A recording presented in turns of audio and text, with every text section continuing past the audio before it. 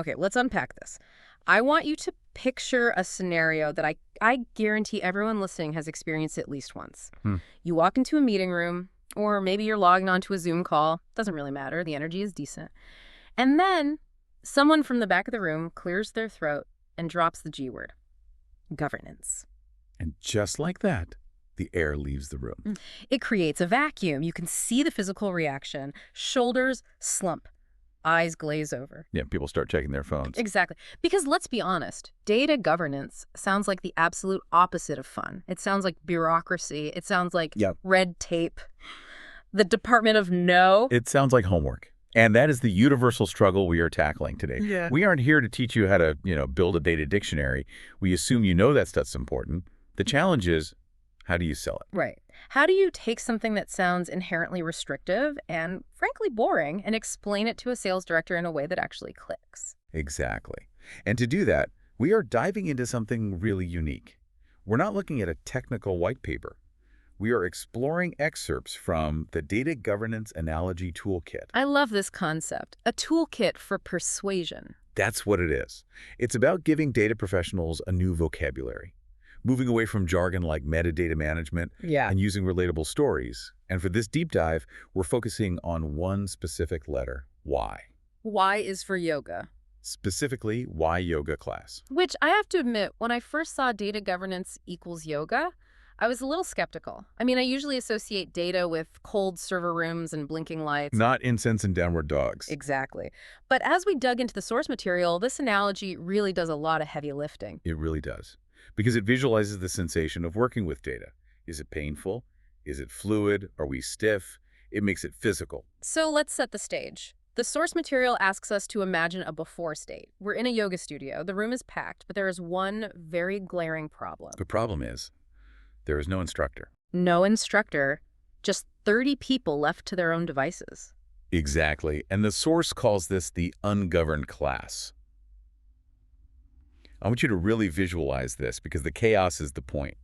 You have 30 people, all with different ideas of what yoga even is. I can picture it. You've probably got one guy in the corner trying to do a complicated headstand and, crashing into the mirrors. Precisely. That's your power user. Yeah. Maybe it's someone in finance who knows just enough SQL to be dangerous.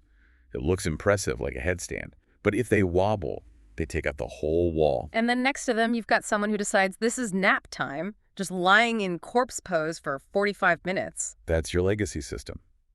Or maybe a department that just refuses to update their data entry. They're stagnant. They aren't moving. And then you've got the person doing jumping jacks because they think they're in a CrossFit class. That's marketing moving too fast. Signing up for new tools without checking integration. Everyone's doing their own thing. It's absolute chaos. It's not really a class at that point, is it? It's just a room full of people flailing. And that is the perfect representation of an organization without data governance. This is the era of shadow IT. Let's connect those dots a bit more. What does this flailing look like when you're trying to run a business? It looks like inconsistency. Marketing is defining customer one way. Sales has a completely different definition. HR is using employee data that's 6 months old. Nobody is in sync. So sales is doing the headstand and marketing is doing cardio, and they're looking at each other going, what are you doing? Exactly. And the source material highlights a very specific, very painful consequence. It uses a phrase that really stuck with me. Injuries follow. Injuries follow. In a yoga class without a teacher, if you force your body into a position you aren't ready for, you get hurt.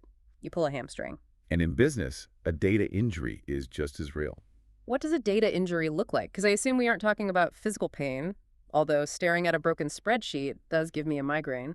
Well, it's the pain of the organization. You have the acute injuries, the sudden sharp pain. That's a data breach or a compliance fine. A GDPR fine is definitely a broken leg in this analogy. Huge. But the source argues the chronic injuries are actually more common. This is the bad back that just won't go away. The nagging pain. Right. This is when you make a strategic decision based on reports that turn out to be wrong.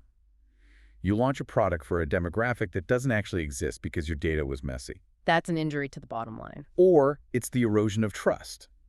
Think about the recovery time. If you report numbers to your board and then have to retract them a week later because, oops, the spreadsheet was wrong. You lose all credibility. Right. And you can't just snap your fingers and fix that. Trust takes a long time to rebuild. That is a powerful image. It shifts the conversation from governance as a rule to governance is injury prevention. Exactly. And that brings us to the solution, the after state. We introduce the instructor. Now, this is where I think the analogy gets really interesting because people think of governance as the police, the instructor coming in with a whistle. The drill sergeant approach. And honestly, a lot of early data governance programs failed because they acted like that. Don't touch that. Nobody wants to go to that class? No. And the source material makes this distinction very clear. The instructor isn't there to yell. They are there to guide, to make sure you get the benefit of the movement without the injury. So let's break down what the instructor actually provides. The toolkit lists 3 core elements. Posture, balance, and alignment. These seem like the 3 pillars. Let's take them one by one. Posture. In yoga, that's a straight back. What is data posture? Posture is data quality. It's the form. Think about it. If you sit at your desk slouching all day, you get a headache. If you enter data slouching, skipping fields, ignoring conventions, the database gets a headache. I love that. Stop slouching with your data. It's a great way to talk to frontline staff. You're correcting their form so the organization doesn't get a chronic injury later. Okay, what about the second one? Balance. This one felt a bit more nuanced. Balance is fascinating because in data governance, this is the eternal tension between security and accessibility. Oh, the classic struggle. The lock it down versus the give me everything. Exactly. If you lock the data down so tight that nobody can use it, that's like tensing every muscle in your body. You're safe, but you're also not doing yoga. You're just a statue. And you're useless to the business. But flip it. If you open it up to everyone without controls. That's the Wild West again. You just collapse on the floor. Right. Total accessibility is a nightmare. Governance helps you find that center of gravity. You're holding on tight enough to be safe, but letting go enough to be flexible. That's a really helpful way to frame it for the C-suite. It's not a switch you flip. It's a balance you have to actively maintain. And it changes. The instructor helps you adjust. Okay, the third one, alignment. This is the big aha moment. In a yoga class, there's a flow. The whole room moves together. Right, everyone lifting their arms at the same time. In the business, alignment is about consistency. It's the single source of truth. It ensures that when the CEO asks, what was our revenue last month? Finance, sales, and marketing all have the same number. Because they're all in the same class, following the same instructor. Yes. They're aligned on the definitions. Without that, you're back to chaos, the Tower of Babel scenario. There's a catch here that I think is really important. The source is very specific. The instructor doesn't do the yoga for you. That is critical. And it's where so many companies get it wrong. They hire a head of data governance and think, great, problem solved. It's like hiring a personal trainer and expecting to get 6-pack abs while you sit on the couch eating chips. Exactly. It doesn't work that way. The governance team, the instructor, can provide the standards, the tools, but the business users, they're the ones on the mat.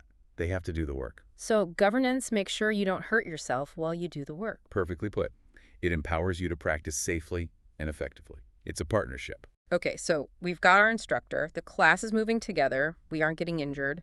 But I can hear the skeptics saying, so what? Why do I want to do this? It sounds like a lot of effort. The so what question, it always comes down to value. Why show up to the class? The source material has a specific takeaway here. Discipline builds strength. And that is the core value proposition. A disciplined organization becomes strong. You can trust your numbers. You can withstand pressure. If an audit comes, you have the core strength to handle it. You aren't fragile. But here's the counterintuitive part. When people hear discipline and governance, they usually think of rigidity, stiffness. It's the biggest misconception out there. Governance slows me down. But the analogy flips that on its head. In yoga, why do you build that strength? To become flexible. Bingo.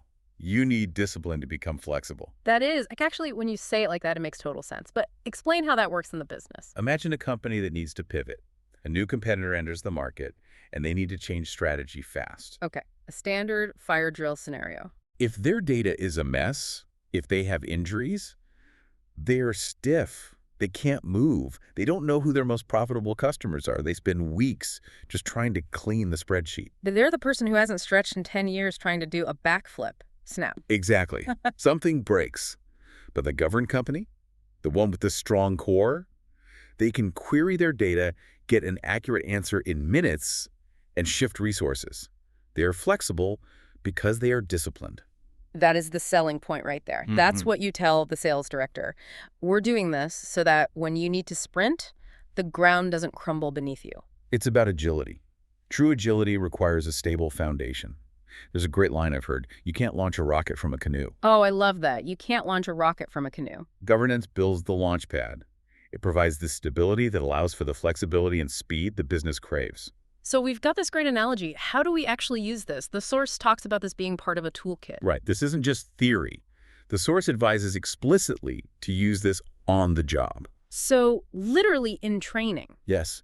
When you're onboarding new employees, don't just show them screen captures or hand them a 40-page PDF on data privacy. They won't read it. They definitely won't read it. Instead, tell them the story of the yoga class.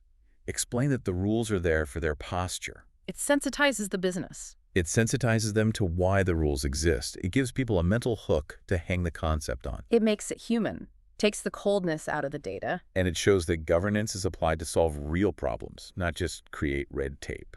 And for anyone listening who is thinking, okay, I like the yoga analogy, but maybe my team is more into construction, there are more of these, right? Oh, absolutely. This is just one card in the deck. If you want to dig deeper, you should visit the specialist website. That's www.dgspecialist.com/podcast. Correct. And they also have a YouTube channel at DG Specialist. They have these great animated shorts that explain these concepts visually. Fantastic resource. You know, as we wrap up, I keep thinking about that image of the instructor versus the talent in the room. It does change the vibe.